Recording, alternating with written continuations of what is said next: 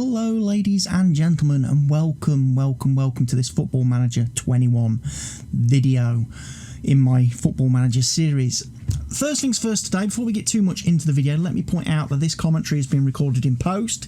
It does not synchronise with what the idiot in the webcam, the face cam in the bottom right hand corner of the screen is saying. I messed up when I recorded these videos, this video and the next one, by not having my microphone switched on as I recorded the videos. So unfortunately the audio I recorded live wasn't saved, and I'm having to come back in and fill this in after the event. Otherwise it's a waste 2 videos of perfectly good footage.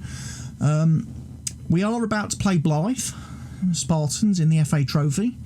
I've got a couple of players on loan, on trial at the minute. 2 defensive midfielders, Connor Hawkins, or Cameron Hawks. I keep calling him Connor Hawks, or I did earlier on today, but his name's Cameron Hawks. Connor Hawks is a fictional superhero character. That's probably why I get confused. And then we've got Jared Bird, who is also a pretty decent defensive midfield player.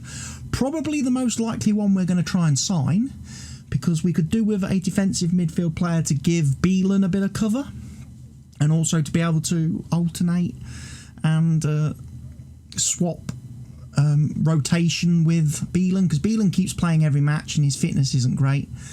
So we probably need to do that at some point.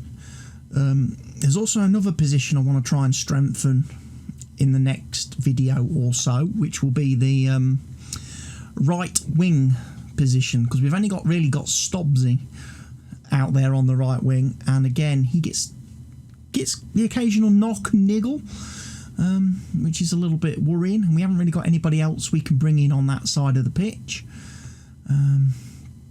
So we'll have to wait and see.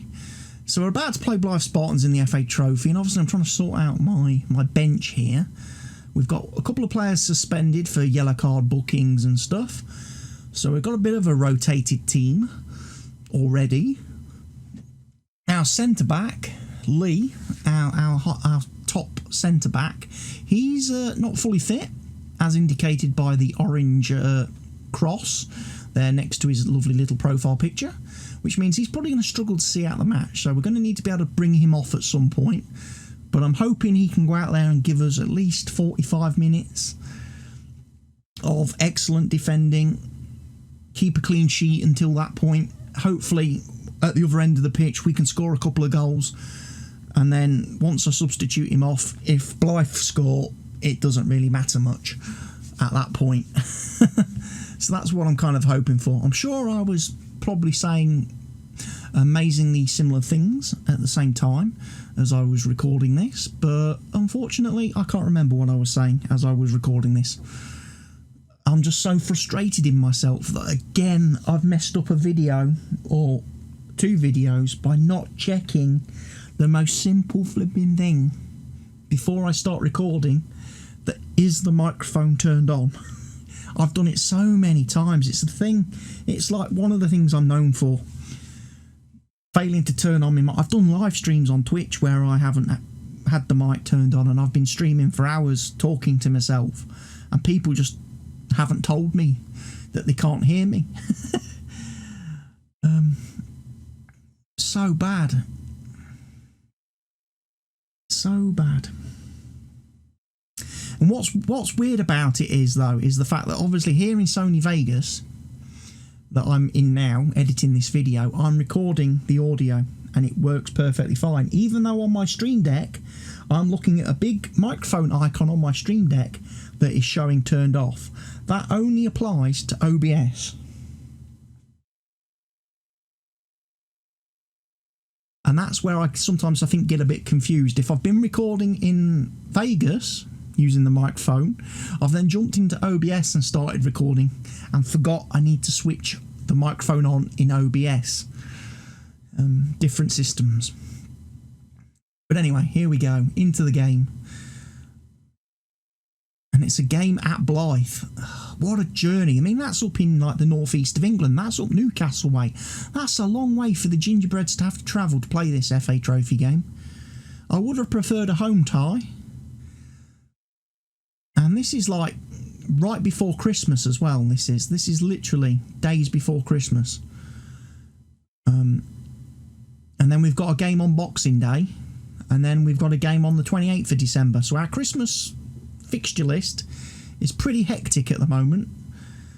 However, I am expecting that to change quite dramatically, because normally, from my previous experience in Football Manager games of playing in these non-league divisions, when you get to sort of December, January, you tend to have a lot of matches postponed and a lot of games cancelled because of bad weather, waterlogged pitches, frozen pitches and stuff. And then you end up with a bit of fixture congestion come the end of the year, where you're trying to squeeze in all these postponed and rearranged matches. And I'm expecting that to be a thing in FM21 as well. I don't imagine that's changed. Obviously, we don't have the luxury of, you know, spending millions of pounds on ground staff and stadiums with undersoil heating and roofs and stuff to keep, you know, everything in tip-top condition and keep the elements out. So far, 0-0. Blyth are gonna. We're purple team.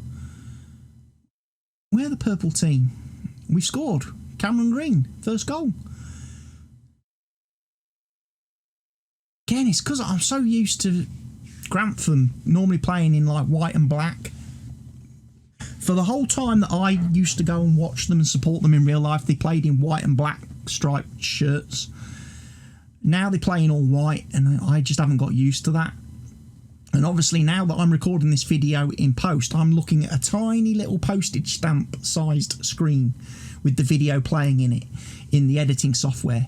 And Blyth, to me, look like they're playing in white and black shirts. And yes, I am getting my eyes tested at Specsavers tomorrow. Because most people are like, if you think that's white and black, you definitely need to get your eyes tested. It's white and green. Yes, okay. Like I say, I'm getting my eyes tested. But it's interesting that Blyth are playing this 5 at the back formation with the 3 central defenders and the 2 wing backs.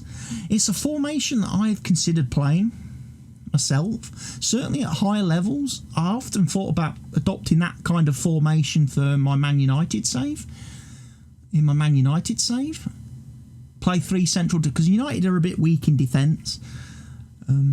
Put Maguire, Lindelof and maybe Twanzebe as 3 centre-backs, then play Tellez and Basaka as wing-backs. Go with the 2-man in the midfield, probably Bruno and McTominay. And then you've got, obviously, Rashford, Greenwood, and then Marshall up front, or Cavani in that number 9 position. But anyway, let's have a look. He's got to be offside there, ref. Come on, he's got to be offside. Yes. Got to make sure we don't get any dodgy decisions here.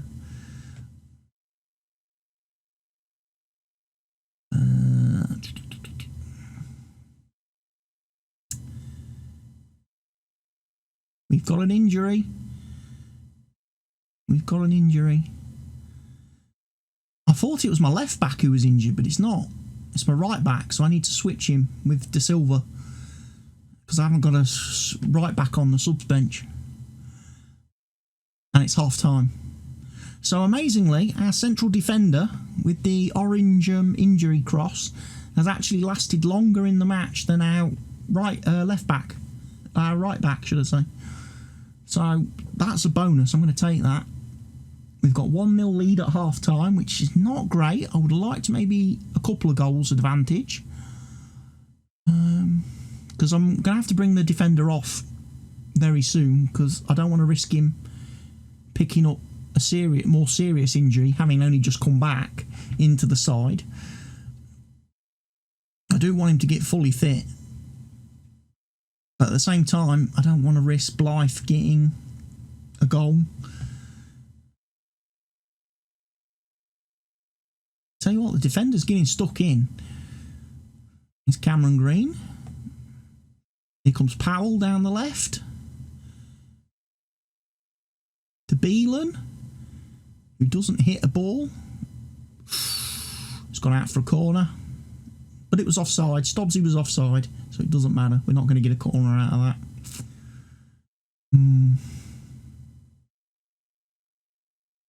Oh! Blyth have equalised. Blyth have equalised. That's bad news for me. Very bad news. We didn't need that. He's got to be offside, ref, surely. I'm stunned. The linesman hasn't flagged that as offside. Webcam me is stunned into silence by that. Goal. Well, there we go. Quick response from the Gingerbreads from a set piece.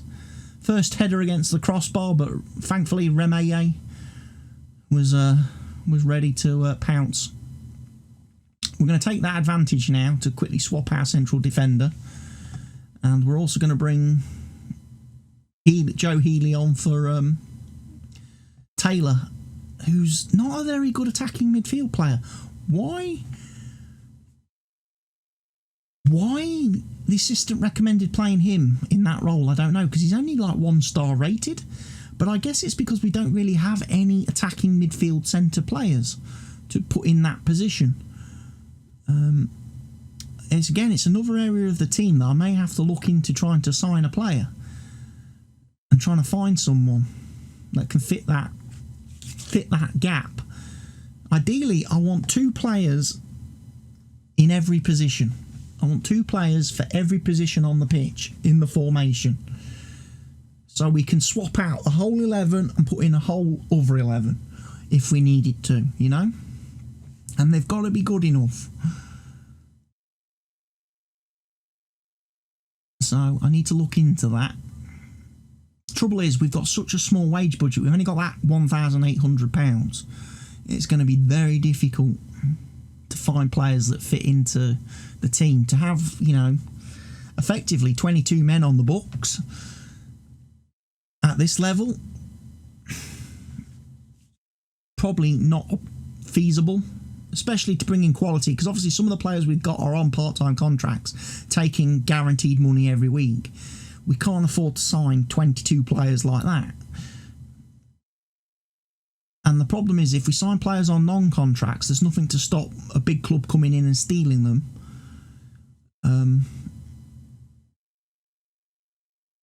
Without any compensation to us. So it's one of the reasons why I'm very reluctant to offer the good players that we have brought into the team non-contracts, and I have put them on part-time contracts if they warrant it. Although some people still think the 5-year contract I gave to 33-year-old Joe Healy was a little bit too much, and I'm probably starting to agree with you. I don't think as a 33-year-old he's actually going to be here in 5 years' time. I wouldn't expect it at all. Because if we get promoted, he's not going to be good enough. Most of these players, if we get promoted, will not be coming with us. Most of these players won't be here in 5 years' time. Guarantee it. Although if Joe Healy keeps scoring goals, I might have to rethink it.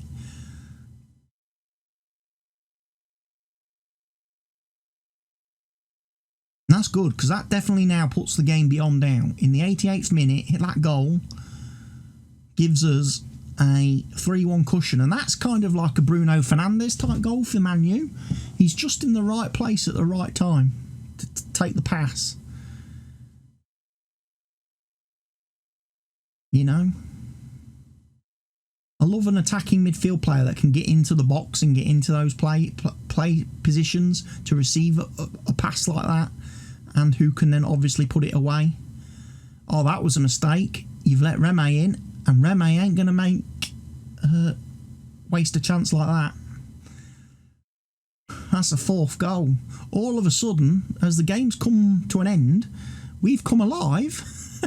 We're playing our best football now. We're looking more threatening and more attacking in the last 4 minutes of the match than we have done in the 90 minutes prior to that. Blyth have obviously let their jaws hit the floor, and they've completely switched off at this point. They have completely switched off. There's a big loop. Those throws are a complete waste of time. Those throws are a waste of time. The goalie's never going to not get there. If you're going to deliver a long throw into the box, it's got to be a flat bullet throw. And there's Jordan Cox getting on the score sheet as well. He's just made it 5.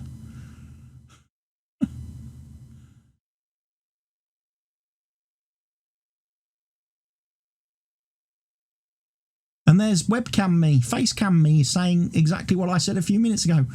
Blythe's chins have definitely hit the floor. Their chins have dropped and we're now punishing them. They've given up 5 minutes early. They haven't played to the whistle.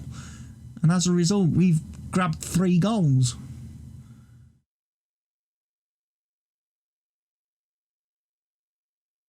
But I'm quite happy about that. Match is over. We've won. We march on. We march on to the 5th round of the FA Trophy with a great victory over Blyth Spartans.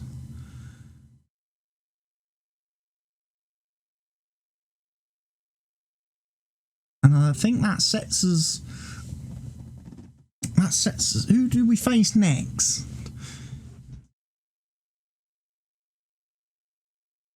No, we're into the 4th round. Sorry, 4th round. I'm getting ahead of myself here. I've maybe given spoilers away now by talking about the 5th round.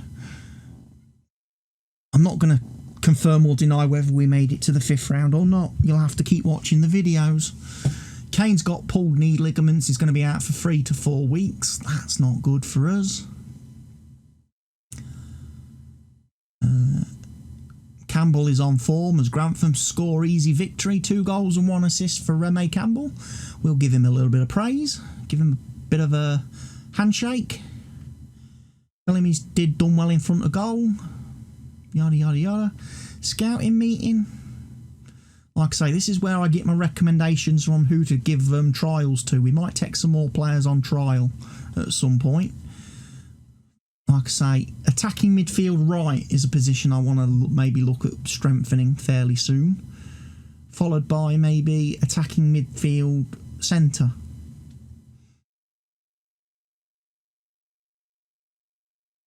Oh, look at this dude. He's got weird eyes. His eyes are the wrong colours. His eyes are different colours. He's got that weird condition. Oh, I can't remember the name of it now, but I do know it.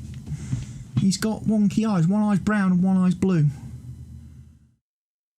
That's no reason to sign him, though, just because he's got wonky eyes. He's got to be good at football. And I don't think he is. Anyway, folks, I'm going to skip ahead now to the next match because there's not a lot of point me talking about loads of stuff that I can't remember talking about. So I'll bring you back for the next game in the save, which will probably be, I think, maybe the FA Trophy game. No, it might be the Boxing Day game. The Boxing Day game, I think. So here we are then, getting ready for the Boxing Day game. Just need to set my players' availability for the under-23 match, which is pretty much going to make all my first-team players unavailable. Although I should probably make sure my trial lists are available, and some of the players that I don't use need to be available. Got quite a few. I've got, again, a couple of little injuries have popped up in training before this match. James Barrett has an injury. He's took a little knock. We're not going to make any players available for the under-18s. We don't bother with that. So we're going to be playing Micklova away on Boxing Day. That is such a shame. Travelling away on Boxing Day, that must be bad for your players. You've had Christmas Day with your family and then you've got to travel all the way to Micklova. Well, thankfully, James Barrett's probably the happiest man in the team because he's only just passed a fitness test, but he wasn't going to be selected anyway. Even if he, had passed the test, I'm not going to select him. I'm going to give him a little bit of a rest. So he gets to stay at home and enjoy the Christmas holidays. We're going to go into this Boxing Day game knowing full well that we've got another game 48 hours later. We play so much at Christmas. Why do we play so much football at Christmas? In this country, in England. Why? Why? Why don't we play in the summer when the weather's nice? When it's nice. You know, like we did this year because of COVID. So much nicer going to football matches in June and July, watching Premier League in June and July, than it is in, you know, December.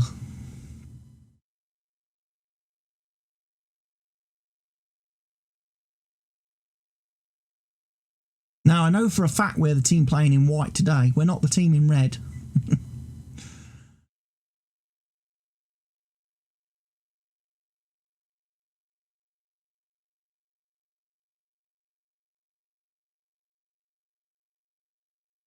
'Not a whole lot of highlights going on at the moment. 10 minutes in.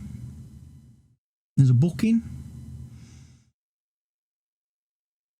Bit of a waste of a free kick there. Remaye isn't going to get to that ball. That's a bit surprising.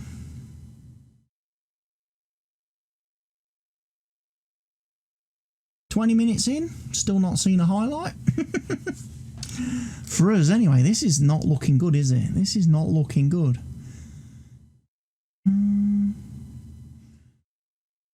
Very quiet first half.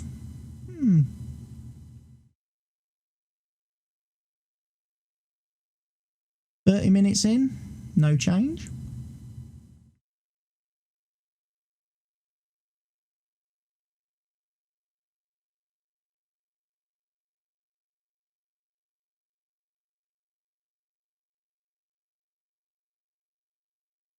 Beelan. He doesn't score very well, does he, Beelan? He doesn't shoot very well for a deep midfielder. He doesn't do the Paul Pogba that I'm expecting from him. You know, the recent Man U West Ham match, Pogba scored an absolute screamer of a goal. And that's kind of what I want my deep midfielders to do. When the ball comes to them outside the box, I want them to be burying the ball in the back of the net, Paul Pogba style. And Beelan doesn't do it. Beelan is so afraid to shoot. I don't know what's up with him. It's like he's got a phobia about shooting. He's a great footballer. Don't get me wrong. He does a fantastic job for the team. I just wish he'd shoot more.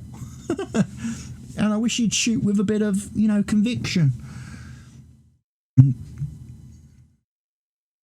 Because we could score more goals if he was just more confident in his ability.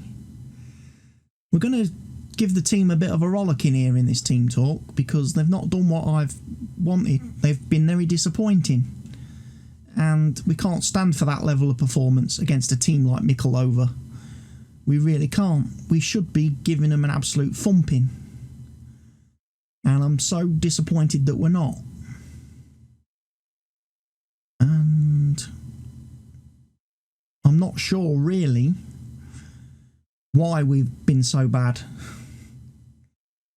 Maybe the lads are hungover from Christmas. They're full of turkey and mulled wine or whatever. They really need to get their act together. Stobbsy's missed another good chance. He does that regularly as well, which is another reason why I'm thinking, come the January sales, if there's such a thing as January sales in the football world, I need to get another right winger. Someone that can give Stobbsy a bit of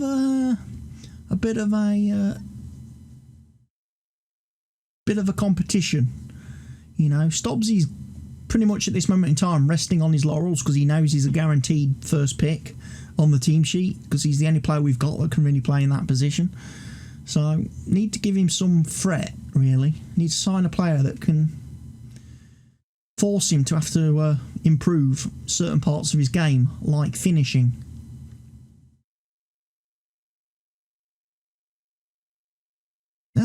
And then also another thing to consider as well. We've just had an away match to Blyth, and now we're away at Mikulova. Grantham Town's Christmas fixture list has been dreadful. We're playing every match away from home, lots of travelling at Christmas time for the players. What a spare a thought for their poor families. That's probably why we're playing bloody Liam Hardy up front. Oh, that's because he made me do that made me promise I would give him match time. I've had that promise where I've got to play him as regularly, and I haven't been doing. And I've had an email reminder telling me I haven't been playing him as much as I've promised. Chances are he's going to come to me and tell me I'm not playing him properly, and as a result, I'll probably have to transfer him because he's not good enough. He's played 45 minutes and ain't been good enough. So we'll bring Jordan Cox on, and you watch, we'll win this game now. And we've brought Kianga on as well. So that's going to give us a bit more of a attacking option. Green's done fantastic there. Oh, played a lovely ball to Kianga, who couldn't quite find a home for it, but we've got a corner. Joe Hardy swings it in, and Middo with the header. Lovely centre-back goal, that. Proper centre-back goal. Scoring from a corner. Your big men, your big men at the back come very useful at corners.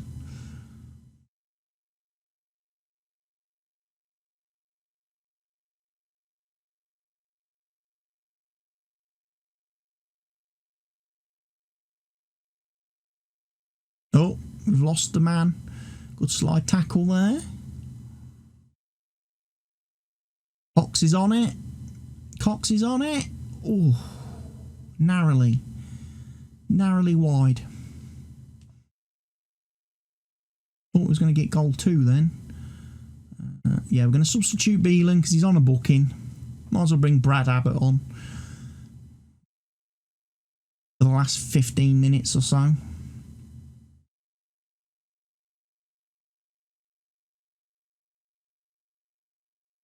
He's not quite a defensive midfielder though, Brad Abbott. I get him confused with James Barrett. Barrett's the more natural defensive midfield player. Barrett's more of a midfield centre, just he's not even an attacking midfielder, so I can't play him in the role in behind the strikers. He literally just wants to sit on the halfway line and operate in that area along the halfway line, and I don't really have a role in my formation for him at the minute. Obviously, in my other 4-2-4 formation, he'd be operating as a Carrilero. Is it Carrilero? It shuttles side to side, shuttles along the line,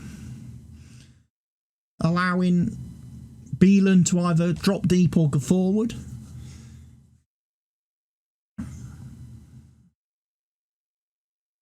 There's Healy coming in with a goal. Another goal. 2 goals in 2 games for Healy.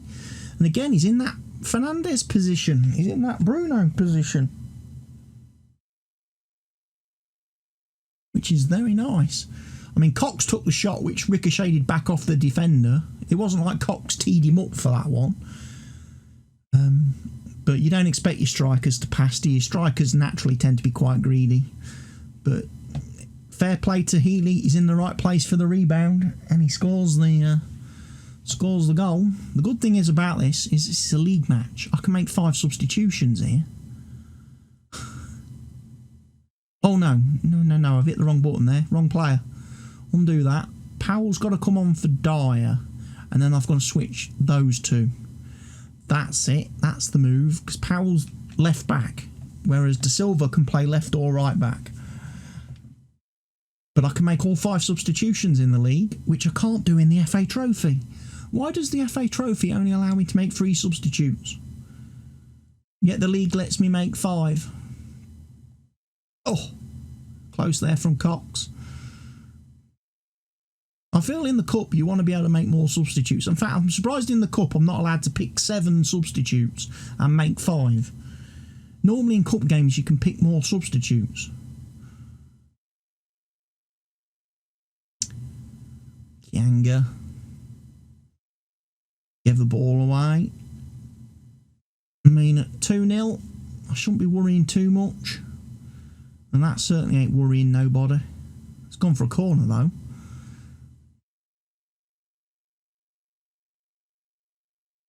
Goalie's got it.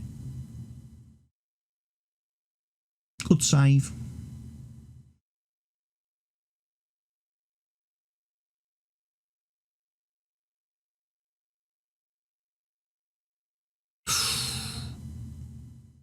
Holland scores another central defender goal. His first header hit the bar, and then there was a bit of a goal line scramble, and then he's managed to finally squeeze the ball in over the net. I think it was a header the second time as well. That's 2 headed goals our central defenders have scored.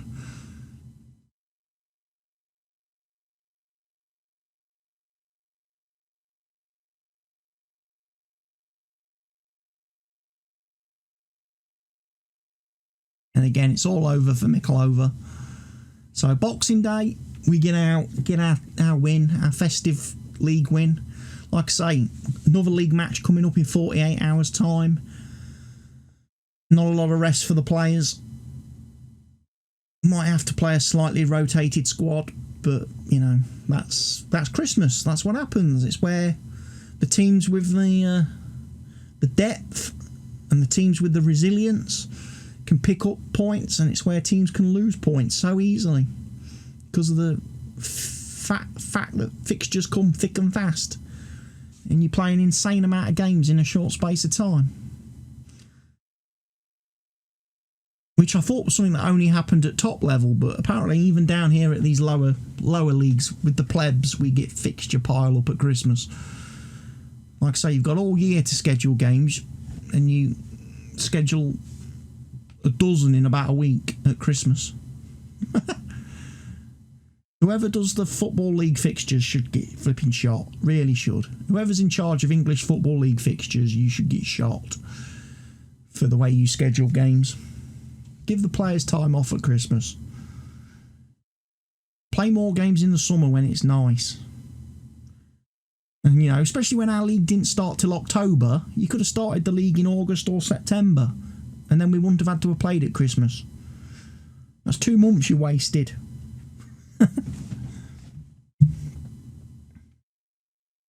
But anyway, 3 points, top of the league we are. And obviously what we'll do next is we'll skip ahead, probably to the next FA Trophy game, I think. Although I may bring you back for the next league match, and we'll play the Christmas period a game, shall we? We'll see how it goes. But thank you everyone for watching this video. Really hope you've enjoyed it. If you have, please remember to go ahead, click that like button for me. Remember to leave your comments in the comment section down below. Don't forget to subscribe, because let's remember, 88% of you people watching this video are not subscribed. You really should be. It doesn't cost you anything. Make sure you click that subscribe button. And of course, remember to share the video everywhere you see fit with whomever you see fit. I've been CWATTY. This has been my Football Manager 21 save. I'll see you in the next video, everybody. Goodbye for now.